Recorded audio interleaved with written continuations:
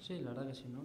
Bueno, que en este parón pues estamos utilizando para coger mucho ritmo de minutos con partidillos y bueno, la verdad que estamos cogiendo el camino para coger la intensidad bueno, que el año pasado nos hizo llegar a donde llegamos. Después de pues, otro inicio de temporada pues un poco con muchas dudas, la verdad que el equipo pues está consiguiendo pues el buen juego. El último partido, como has dicho tú, contra Osasuna, el equipo pues la mayoría del partido, pues gran parte pues tuvo momentos de muy buen fútbol y bueno, ahora pues queda pues ya coger esa regularidad para todos los partidos. El parón llega y hay que asumirlo para bien y bueno, la verdad que no estamos utilizando para entrenar durísimo mañana y tarde y la verdad que el equipo pues está intentando pues coger ritmo en las piernas para afrontar el partido de Valencia, que sabemos que nos jugamos la vida ahí.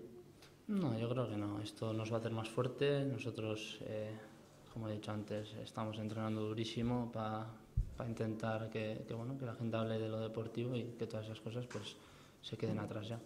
Bueno, yo entiendo bueno, que se hable de esto, pero yo no os voy a decir nada de lo que no sea deportivo y yo creo que todo lo que no sea hablar de lo deportivo pues estamos perjudicando al Athletic, que es lo más importante para todos.